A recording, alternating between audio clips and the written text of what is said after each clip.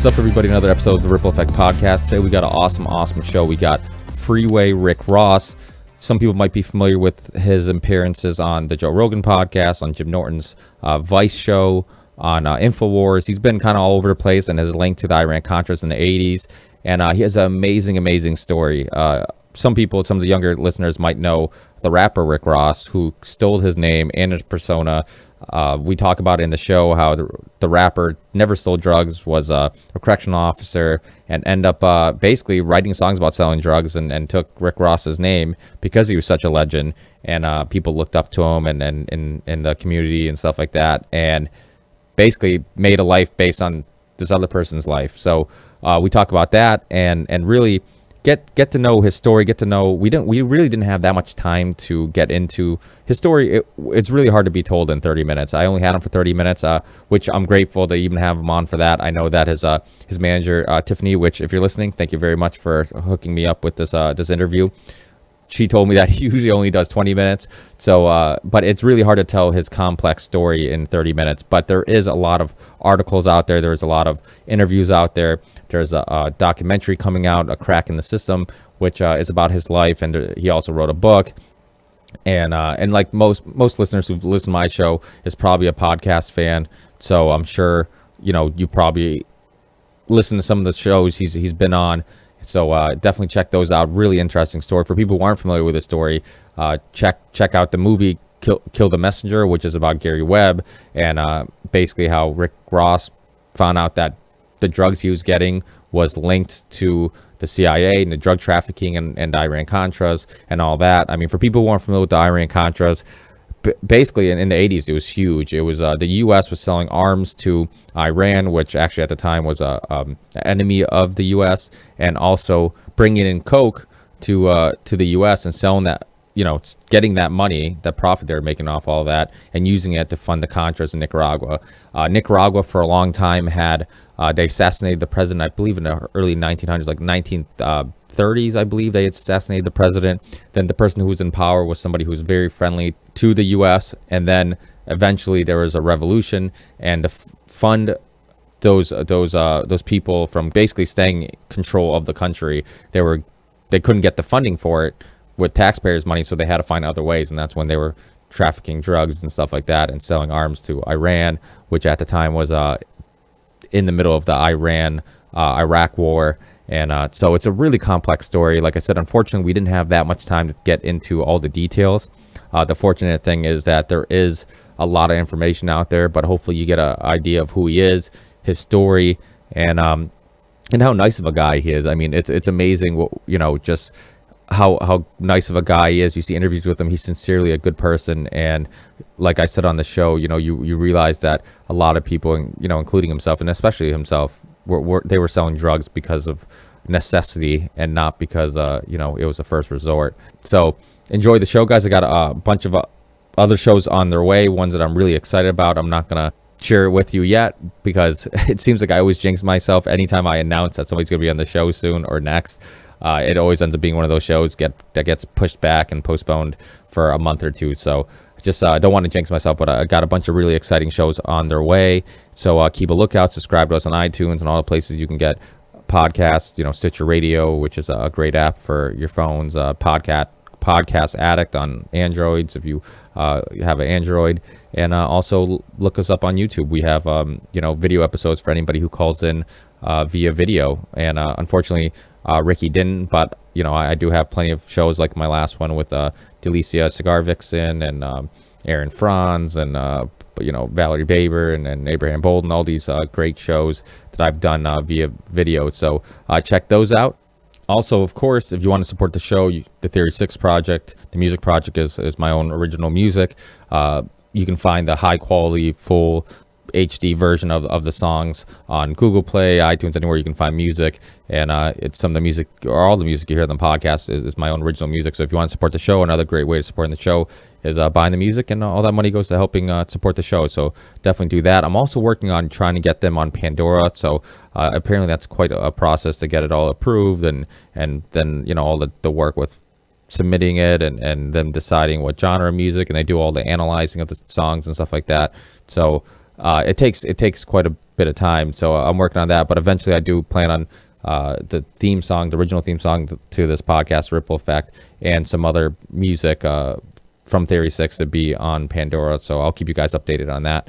But until the next one, peace, guys, and thank you so much for listening. Thank you so much for the support. It's awesome to go online and just see all the new listeners, all of the countries people listen to the show from, South America to Eastern Europe, Western Europe, just everywhere. Central America, Canada. It's awesome. I really appreciate it. The Middle East. So people in Egypt, Morocco. Just all over the place. So I really, really appreciate it. Everybody who's listening. And everybody who just keeps supporting and consistently keeping up with the show. So until the next one, peace.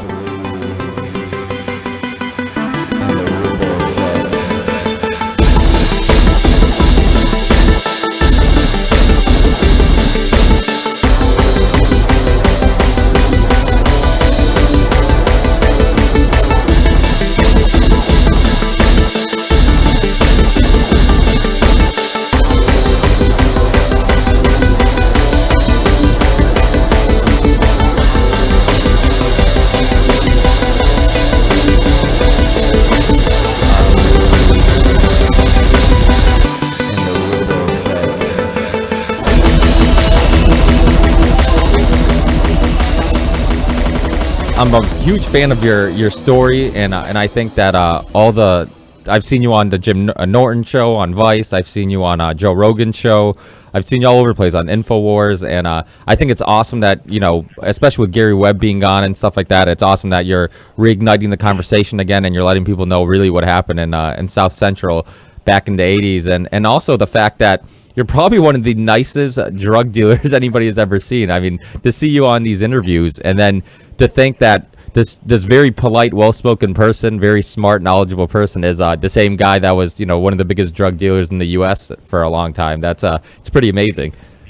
Well, you know what? It could be that the whole way that they taught us to think about a drug dealer could be wrong. Well, that's true too. I'm a big believer of that myself. I think that. I think in one of your interviews you said something like, I think it was with Alex Jones. You're talking about having a gun, and you didn't have one for offensive reasons. It was defensive reasons. It was to protect yourself because you had money, and people who use guns for violence and to attack people, a lot of times is they have needs that they aren't being met. They're hungry. They need to get food, or they have addiction, and that's why they're using the weapon. And it was a really interesting point, because I think that's something we don't really look at. It's this idea that maybe some of the people that are we consider criminals or whatnot, a lot of that does have to do with the fact that they just need things, and if they did have their needs and they did have opportunities and chances to progress as a person, then maybe they wouldn't be criminals. So I think that's a really good point. You heard me. Yeah. You know what's amazing? What's that? Most people that ain't hearing me. Really? They don't recognize me, nor do they hear me. Yeah, I think this is why I think your story is so amazing. One, I think that's why I wanted you on the show, because Joe Rogan's been a huge inspiration for me. He's the reason why I started this podcast, and I remember seeing you on his show, and he's such a cool guy, and I love the fact that he brings these interesting people and shares it with his listeners, and I try to do the same thing, and I think your story is important, not just because obviously a lot of people know the relation between you and the rapper Rick Ross, and that whole issue that he kind of took your persona and then ran with it, and basically made a living off your life and your story. But I think that there's a bigger there's almost something even more important than that. And I think that like you said, like people see interviews with you, and people see, I remember watching an interview with you and my wife was in the room, and I'm like, isn't it incredible that this guy who was, basically the media and everybody made it out to be this evil drug dealer, this really bad person. You see him on an interview, on the Joe Rogan podcast or wherever you are doing an interview, and you're such a well-spoken, nice dude, and you hear your story. And I think the thing that people miss about that story is the fact that you didn't turn to drugs because it was a first resort. You turned to drugs, selling drugs, because it was a last resort. And I think that's a really important point. And there's a great documentary called Bloods and Crips, Made in America. I don't know if you've heard of it, but I heard of it. Yeah, it's really good, and it's not really good because it's just a gang movie. Because I thought when I watched it, it was just going to be the typical gang movie about gang life and stuff like that. But it wasn't. The important part of that title was Bloods and Crips Made in America. Made in America was the important part because it really gets to the roots of how they were created and how they didn't have opportunities, and how a lot of times people don't forget about history and forget about the fact that blacks couldn't buy houses near whites, and they couldn't get loans for to live in certain communities, and they basically didn't let them do those things, and how much of that history is responsible for some of the what we consider bad areas now, and I think that that's an important story, because I think you get a lot of people who say, oh, screw them, they're violent, or look at these poor areas and look how they the violence there and the drug use. But I think it's almost like a doctor giving you Advil for a hangover, but not telling you to quit drinking. It's like it's one of those things where you have to get to the root of the problem, and the root. Absolutely. Absolutely. Yeah, and I think the root of the problem is that, and this is I've said this on the show quite a few times, and my full-time job is I do construction, and this is just a hobby and something that I try to do to kind of like yourself. I'm trying to leave the world a better place than I got it, and trying to do my little part in trying to provoke thought and share interesting stories with people. But when I work construction, there's quite a few times we've worked in projects, and we've worked in not so good areas, and you meet these children, like these really nice kids who come out and talk to you, and they want to know what you're doing, why they see these big machines and stuff, and they seem so cute and innocent, and you talk to them and you realize, like, holy shit, like these kids are so innocent. They're so, but then you look around them and you see, okay, their parents aren't around, they're in bad surroundings, they have no good influences in their lives, like, and then you think about it, and it's just, I think Rogan's even said this once, it's like, I could be them and they could be me.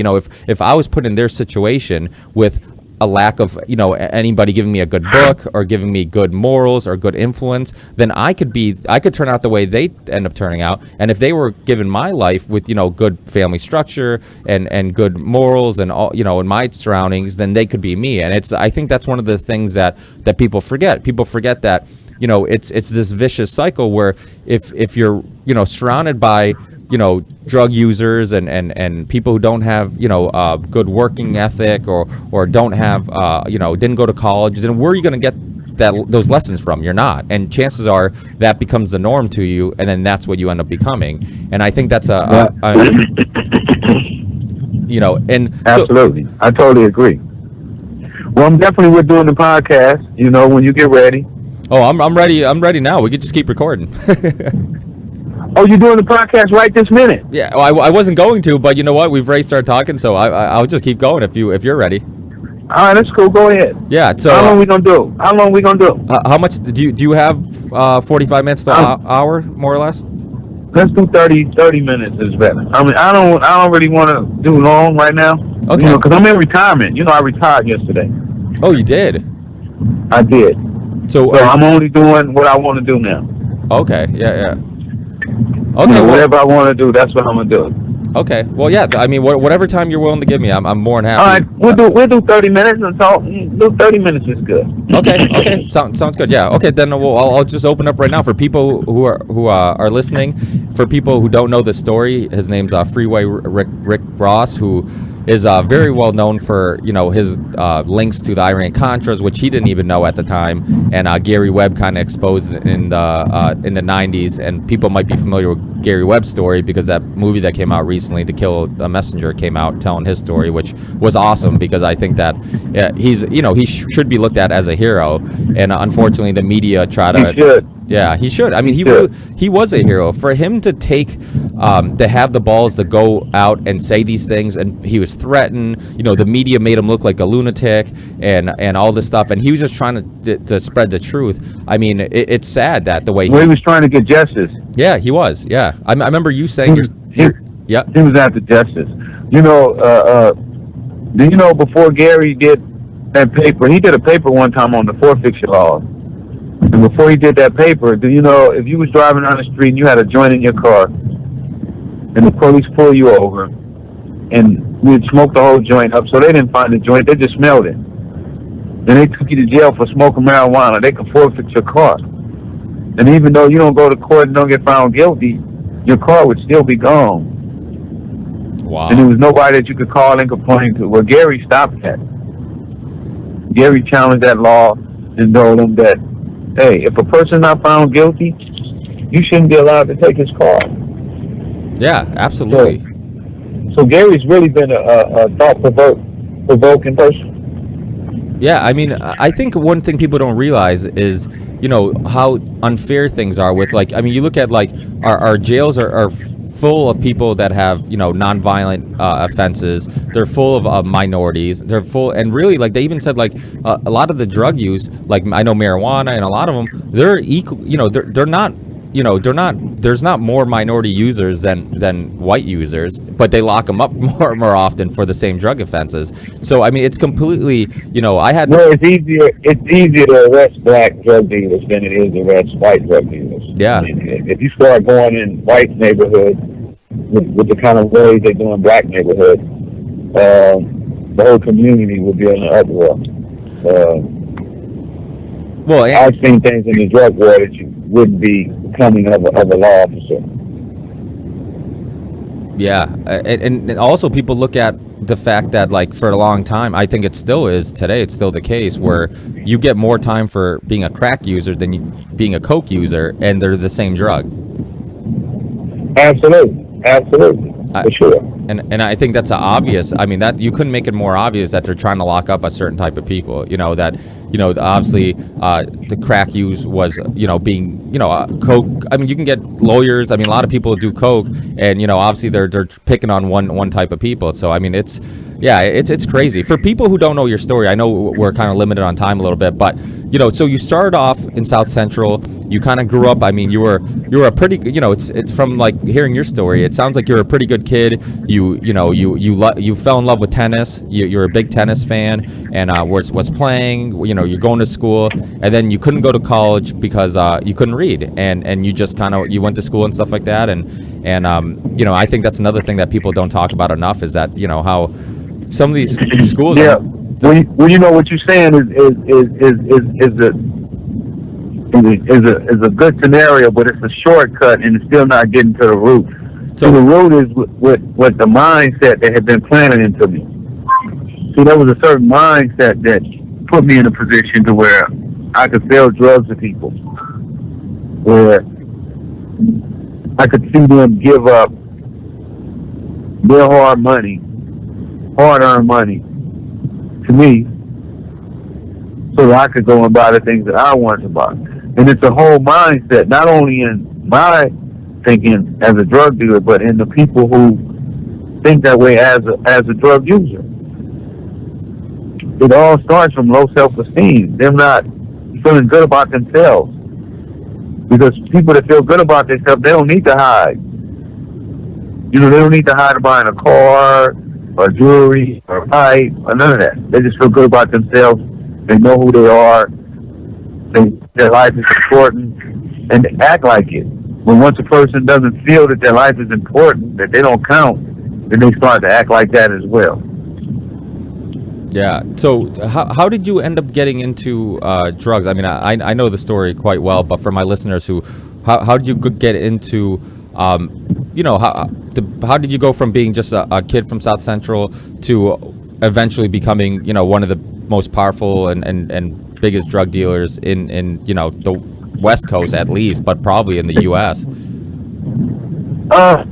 Well, you know, one day I was sitting around and I didn't know what I was going to do in my life, you know. My tennis career was over, pretty much. I was illiterate, I was unemployed, and I didn't have any money.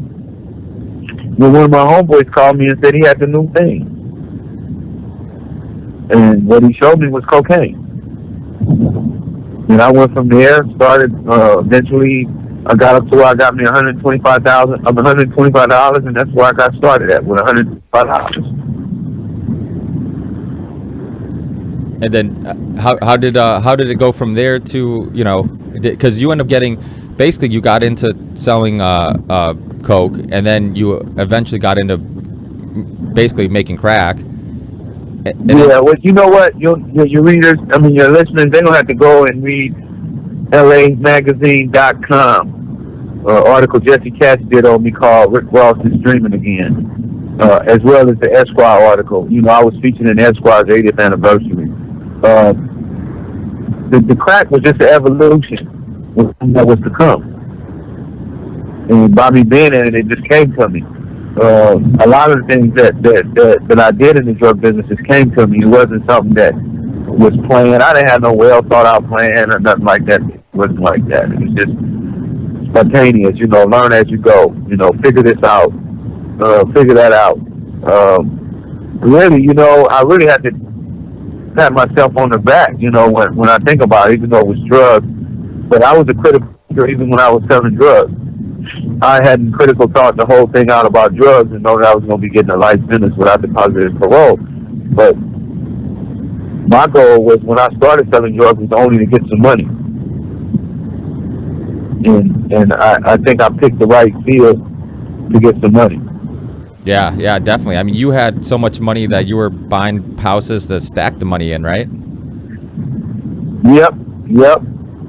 And I was buying houses with $1 bills too, because I had so many of them. Wow. And so this all happened because you got that connection, the Nicaraguan connection, right? That the drugs that were coming in from Nicaragua. And how did you get hooked up? Yeah. Danilo Blandon was from Nicaragua. He was Minister of Agriculture for over there. He also was the one that was supposed to raise the money for the California sector. So did you have a mutual friend or somebody that hooked you up with him? And then when you were getting so much of it from him and getting... Well, I met him as I climbed up a ladder. You know, first I met another guy who a school teacher introduced me to. And then I met another guy, and then another guy. And then eventually I paid, I think, like $60,000 to meet Danilo, and he paid like $60,000 to meet me. Oh, wow. And then you end up, obviously he ended up hooking you up with a very good price, and that's you're getting that stuff at a good price. You were making a lot of profit off it. Did you ever think, like, okay, maybe this seems a little too cheap, or maybe I'm getting too much coke, that it looked suspicious? Like, you don't never ask a drug dealer, is he getting it too cheap? No, I mean, when you were getting it, he's gonna tell you no. If you ever ask any drug dealer, man, you getting your stuff too cheap, and he's gonna say, hell no, I needed to get it cheaper and a little better. Yeah, I hear you. No, but I'm saying, like, when you were getting it, like, did you ever think, like, wow, the person who's hooking me up with all, from this Nicaraguan hookup, like, did you ever think, like, holy shit, this seems like really cheap? Like, my point of the question is that, did you ever have anything ever pop in your head that maybe it was something that was drug trafficking for CIA or... No. What I did think is that I was plugged. That I knew the guy with the juice. That's all you think. You don't worry about that kind of stuff. You know, you just enjoy life. Yeah. I mean, why would you question life when it's good? Yeah, no, I hear you. Yeah, and life was good for a while, and you actually another part of unless you're trying to make it better. Yeah. Well, that's another question that I'll actually wait and I'll ask you, but I want to continue the story. Just so for the listeners who aren't familiar with the story, so you end up getting this Nicaraguan hookup. You end up obviously making a whole lot of money, and like you said, from my understanding and knowing the story, you're a perfect example of, the school system says you're not school smart, but obviously the way, you've made life decisions, you're obviously very street smart, and that school systems don't dictate, how you do in school doesn't dictate how intelligent you are as a person. And I think you've proven by your career, and like you said, even though it is drugs, if you kind of disconnect from the fact that it was drugs was the business that you're in, like, you made a lot of good business decisions. Like, I remember hearing the story about how you had like $50 houses, where people would go there and buy $50 worth of drugs. Then you'd go, they would tell you about the $1,000 house or the $5,000 house, and you just kept going. You know what? You really know me. I told you I was a fan. You've been doing your homework. You know what? It's I'm so used to people not really knowing me. No, it's strange to talk to somebody who really know me. Thanks. I appreciate that because, well, the thing is that the one thing I really love about doing this show is that I get to get people on the show that I'm actually a fan of, that I either I'm really familiar with their story, or I really like their work they've done, or I like their message. And, I have had authors on, musicians, filmmakers, and everybody that I have on, I'm a fan of. I don't just have them on because I think they're going to get me a lot of hits. I don't have them on because I think it's going to get the show more popular. I have them on because I like them as a person, at their story, and I think that it's a valuable story to share with the listeners. And your story is no different. I mean, before I even had this podcast, I started a little over a year ago. I was already a fan of yours, and I've already heard your story. And again, like, it's like some of those things we talked about early in the show. I think it's an interesting story because I think, like you said, and you made a really good point. You're like, the image that people have of a drug dealer isn't what a drug dealer necessarily is. I mean, we always separate blue collar and white collar crime. We look at guys in a suit and tie, and we don't look at them as criminals the same way we look at a guy who lives in the hood. But guess what? Like, that white collar criminal probably raped us of more money and probably did more harm than the other guy. And one of them's doing it out of necessity, and the other one's doing it out of greed. So it's wow. Man, listen, you are too profound. Thanks. You're paying too much attention to me. I think starting to sound like I'm talking to myself. Thanks, I appreciate it. Wow. Well, I think that these stories are important. I had Adam Scorgie on. He did a couple of films. He did one called The Culture High. Joe Rogan was in it. Snoop Dogg was in it, and it was all about like the history of drugs and the war on drugs and stuff like that. And it was a really interesting film, and I'm a big fan of Adam Scorgie, and I think he shines a light, just like your story does, on this this issue about how we pick on certain sectors of society, and you look at just how we lock, just the rates of locking up minorities compared to white people and all this stuff. And from the outside looking in, it's easy just to say, oh, screw them, or forget about them, they'll never change. But again, like I said earlier in the show, like, you have to get to the root of the issue and see where it all comes from. I mean, history, you do history, if you don't learn from it, it's bound to repeat. And to really understand the issues we have now in, like, poor parts of cities and stuff like that, is really understanding how do they become. And I think those are really interesting. And but to go back to your story, because I think that it's worth telling how you had those houses, and how basically it's funny how you're so well known now, but basically you were like a legend at one time, where people kind of knew you existed. People kind of knew there was a drug kingpin. Was like a legend? Did you say was like a legend? Well, I mean, legend, because I am a legend. Yeah. Well, I meant I'm a living walking, breathing, that they can see in the community legend. Yeah. I was at the Hemp Fest yesterday. I'm just leaving right now. They didn't want to let me leave. Now, there was people who didn't know who I was. Yeah, that was my point. That it was amazing how big you were in the industry, but yet there's a lot of people who I mean, most people. And I'm like, how could I have did what I did? These people don't know who I am. And then I'm saying, ooh, they didn't know you then. They don't know you now. Yeah. Do you think it was that critical, your ability for critical thinking, your street smarts, that kind of kept you in the game for that long? Because you always think of, like, absolutely. It was that's how I got out of prison. They just didn't let me go because I was a nice person, or that she thought I was a nice person. I am a nice person. But she didn't do it because she thought I was nice. They did it because I was a critical thinker, and I outthought him. I outthought my prosecutor, my judge, and my lawyer, because I told him what was going to happen. When you get a chance, you read the LAmagazine.com, and you listen to when me and Jesse Katz, he got the tapes to that interview too. Yeah. And people going to hear that tape on my documentary, Freeway Cracking the System. When me and him is talking, and he's trying to tell me that I went crazy. Because you know what I told him? What's I that? said, I'm going to get out of prison.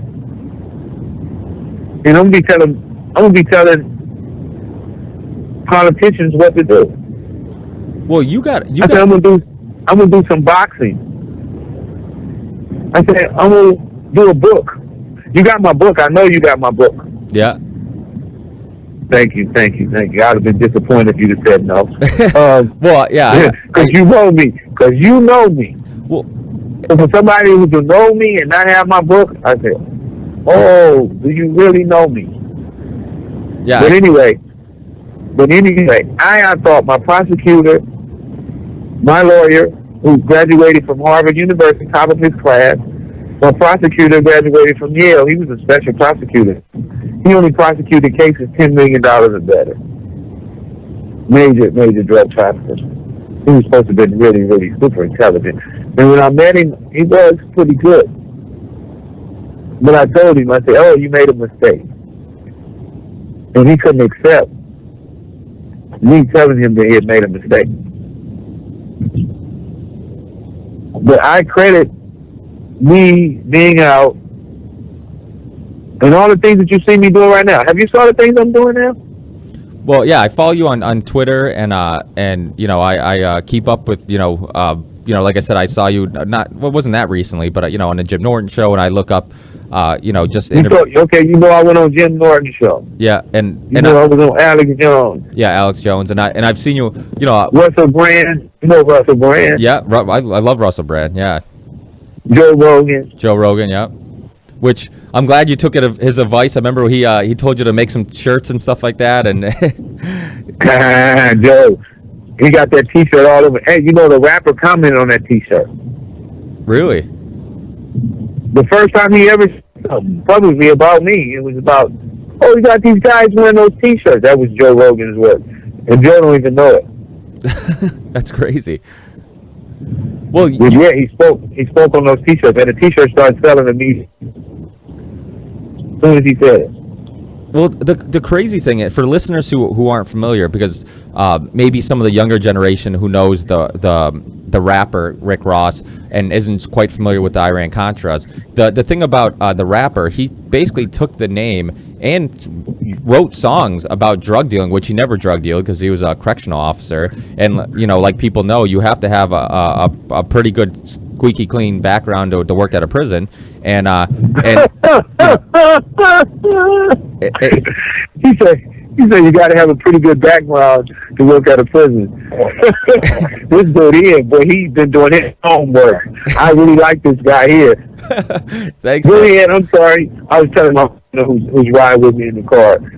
Thanks. I appreciate it, man. I appreciate it.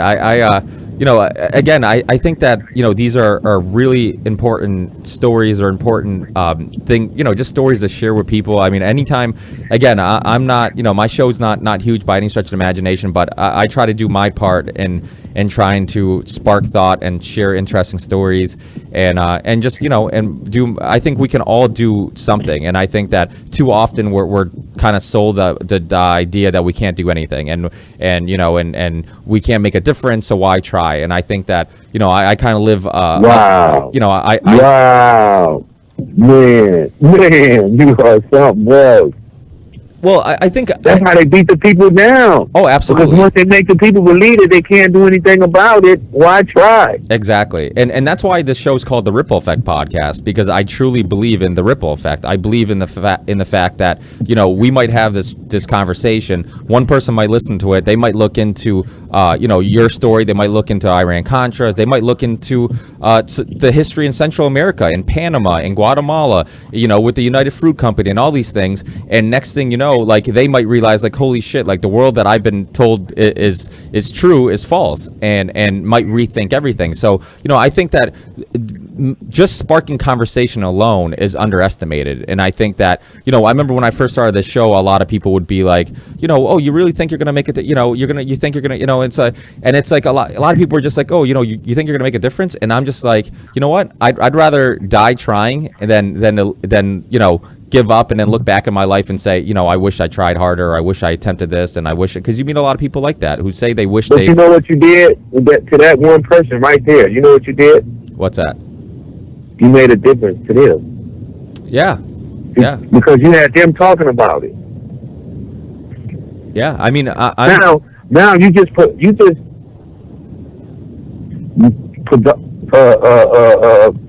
provoke thought.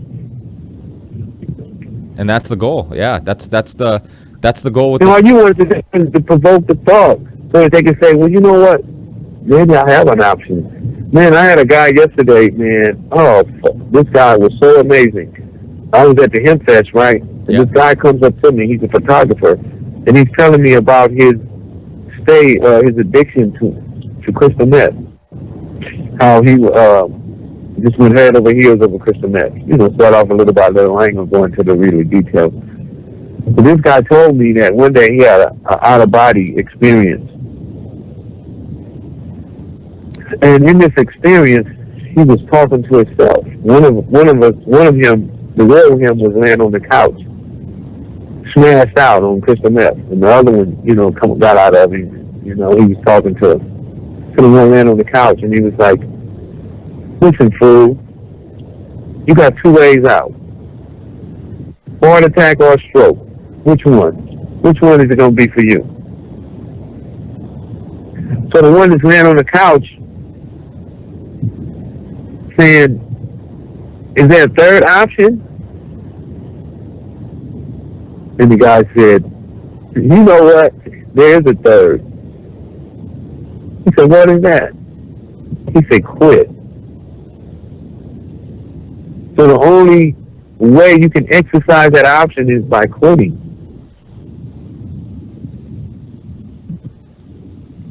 Yeah. And once you provoke that thought, to let them know that is their option.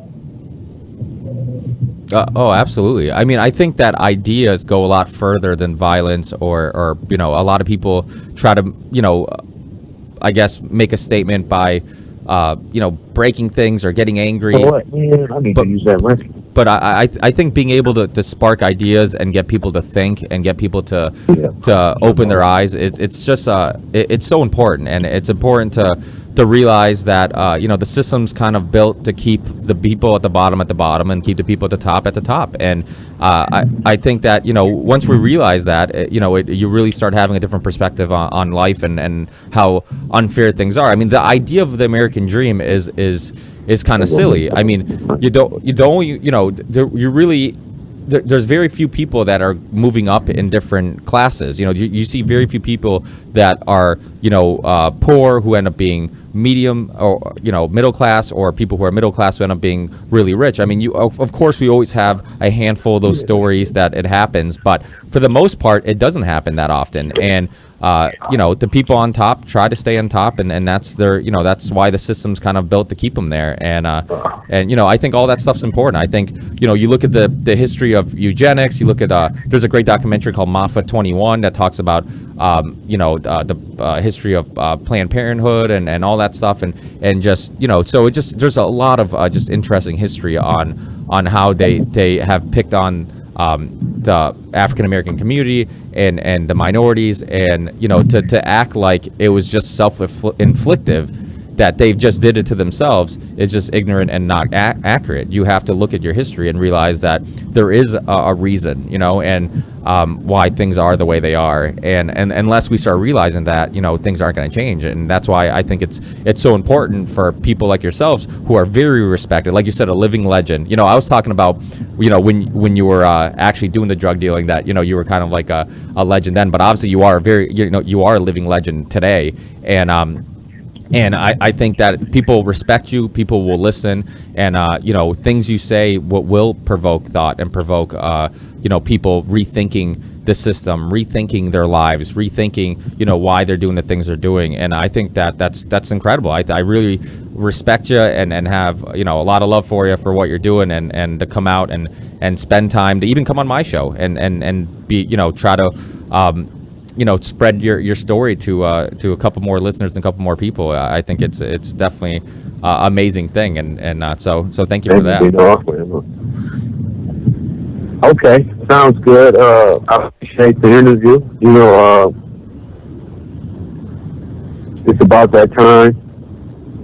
Hopefully we got everything off. Is anything else you want to ask me? Well, I wanted to get. I mean, I did want to get. I know we got a little off track a few times, but I wanted to get into how you got into jail, and then how the Gary Webb story got you, exposed the fact that you were basically getting the cocaine and the drugs from the CIA. Because when you were in prison, you didn't know yet that you were linked to any of that stuff. Right. I didn't know who Danilo Blandon was. Yeah. And then there was... a lot of times people, we don't know who they are. And then you found... And that was the case. And you found out because, you found out... Gary Webb was one of the first people that came to prison. Yeah, Gary Webb exposed it. Gary Webb exposed the whole thing. And did you believe it at first, or were you kind of like, no, this can't... I didn't believe it. I didn't believe it until the CIA put it in their own investigation that they did that. Wow. And then you end up getting out of jail. You did 5 years, right? You got out of jail. Then they set you up to get you in jail again, right? Yeah, I wasn't selling drugs. Yeah, you weren't even selling drugs. You were actually you figured, okay, you got out of that. You had enough money. You were going to, own some businesses, which you already did own businesses in the past and stuff like that. And yeah, I didn't have any money at that time. I was broke. Oh, really? The second time you came out, you were broke. That's right. Yeah. And you missed it again. That's all right. We're getting that one. And that's how they and then they kind of you didn't. I mean, when they first came to you about selling coke again, you weren't down for that idea. But and then they kind of They worked me for 6 months to get me involved. And then they set you up, got you involved in a deal, then locked you up again. Yeah, it was a setup. It was a setup from the start. It was never a drug. It was just a way to get me back in prison. Yeah. Yeah, because I wasn't selling drugs, so they didn't need to arrest somebody that's not selling drugs. Yeah, that's But great. it's not really about selling drugs. No, it's not. No, it's not about selling drugs. It's not. They don't care if you're high. Well, if they cared about selling drugs, they wouldn't have been bringing it in the first place. To basically put it out in the street. I mean, the fact that you were basically doing time for drugs that the government was trafficking is insane. I mean, and then they got hundreds of thousands of men right now doing prison time for drugs that the government brought in. Oh, absolutely. Yeah. They didn't change. No, They didn't go back into their records and say, you know what, we're going to straighten all this out because our government kicked this thing off. They didn't do any of that. They're not going back and say, let's make it right. They even changed the crack law to 18 and 1 and didn't even make it retroactive. Obama did that, but he didn't make it retroactive. So the guys that have been in there for selling cocaine did 30, 40 years, no violence and none of that. They still don't get any benefit. That's crazy. Yeah, that's absolutely insane. Yeah, I mean, it's the whole story. Yeah, for people, I mean, people who aren't familiar with Rick Ross's story, please look it up. I mean, To Kill the Messenger, they actually didn't even have it at a theater near where I live. I actually had to travel a little bit to go see it, but I was super excited to go see a film with such big actors and somebody who played, Rick Ross in the film. And I was really... Well, we have to give a shout out to Jeremy Renner for him and Michael Caine for doing what they did to make sure that movie got out, because nobody wanted to put that movie out. Yeah. That's why it wasn't in a lot of theaters. That's why nobody never heard the commercials on TV, and nobody went to see it. Yeah, and that was bullshit, because I remember going to see the movie. I'm like, one, it's a great movie. Two, it tells incredibly important story, and three, it's dedicated to a guy who should be looked at as a hero, Gary Webb, and the other thing too, there's a lot of pretty big name actors in there. I mean, there's a lot of well-known actors in there. The fact that it didn't end up getting as much commercial time or advertisement as it should have, I mean, was insane. I mean, people love true stories. People love stuff like that. Yeah, but the people who run the country don't think that people love true stories. They don't know.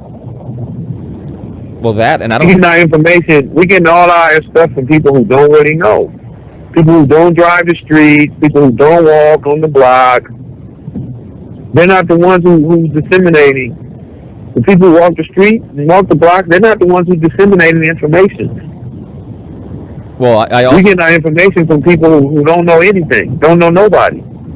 Well, and I think they purposely didn't want it to get popular. I think that, there's probably even more to it where they, obviously the media turned on Gary Webb. I mean, Gary Webb was a respectful, journalist and writer, and then everybody turned on him. He was on Montel. He was on Democracy Now! He was on tons of, radio shows, Alex Jones's show, and this guy, he really did his homework and put a lot of time and a lot of his own money involved in spreading this story, and wrote the book Dark. Gary was probably the most courageous writer in the past 30, 40 years. Yeah, and you read his book in when you were in prison, right? Dark Alliance. I read his book. I went and researched him. I read other articles that he had wrote. I wanted to know who he was. Yeah, and he. I didn't just want to work with somebody. I want to know who I'm working with. Yeah. What he's thinking. Why is he thinking like this? So does he really feel this way? And I researched Gary. I knew his family.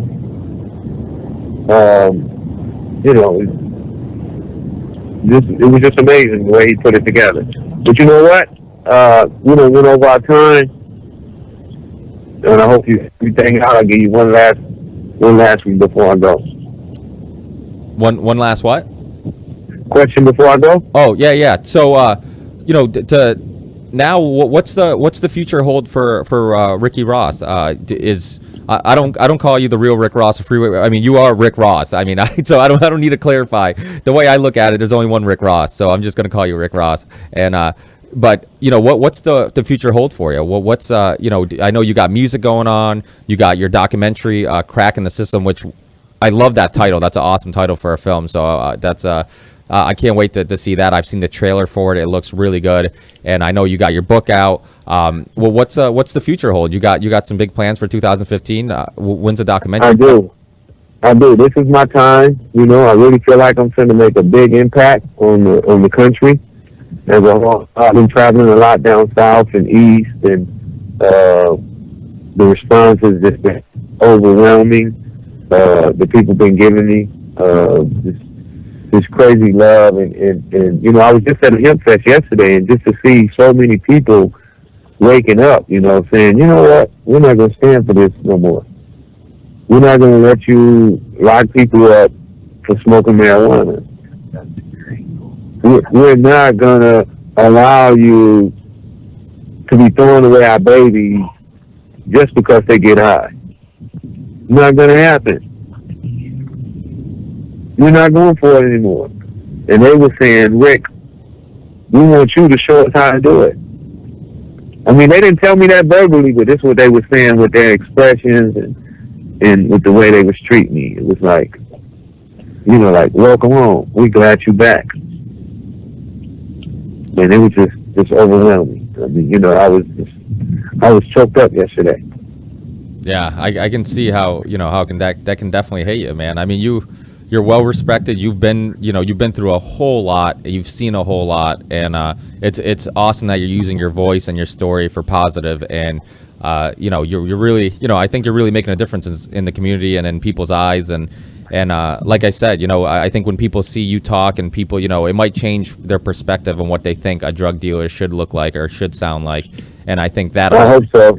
And I think because I'm trying to give them the real, no fake. It's what it really is. All right, I'm gone. Thank you. Hey. Anybody want to follow me? They can follow me at Instagram, Facebook, Twitter at Freeway Ricky.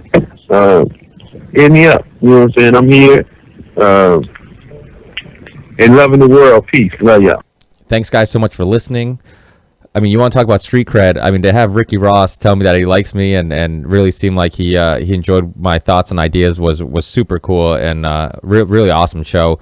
And hopefully you guys enjoyed it. I know that when we do an audio call like I did with Rick Ross, it's kind of hard to know when he's still in the middle of his thought or when he's pausing, so I can jump in. And obviously hosting a show, you're always afraid of too long of pauses, or you're afraid of having just dead air. So it's one of those things where you get in this bad habit of sometimes just trying to jump in to try to fill in the air, because and of course you're not sure if they're giving you that space for the host to jump in and go to the next question or next topic or whatnot. So sometimes it does get hard. When you do a video episode, it seems like it's a little easier. It's always hard online because there is a delay and all that. So it's hard.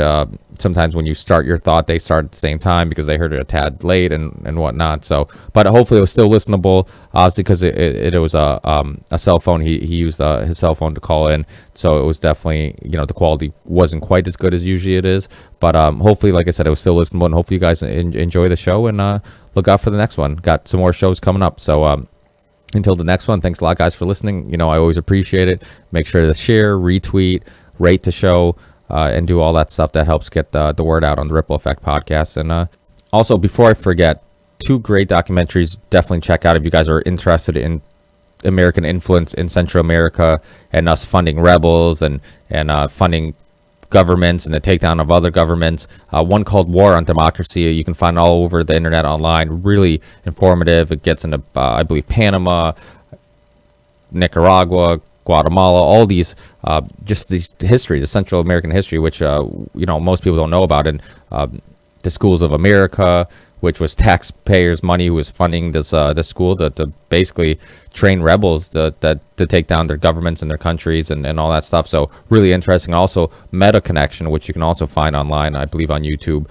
which is the story about how drug trafficking was coming into Meta, Arkansas, while Bill Clinton was governor, and his allegedly possibly knowing what was going on and that what was coming into his state, and they were using that state to hide it and to make dirty money, clean money, and all this stuff. Just really interesting story. And of course, Killed the Messenger with Jeremy Renner, which isn't in theaters anymore, but hopefully will be out this year where you can rent it or buy it. So keep a lookout for that. And Rick Ross is also one of the characters in that film. So check out the story. There's a lot of just a lot of different parts to Rick Ross's story and Gary Webb's story and the Iran-Contras and all that stuff. So really, really interesting, and it's fun to kind of research all this stuff again and kind of refresh my memory with all this stuff. So thanks again, guys, and I'll see you on the next one. Peace.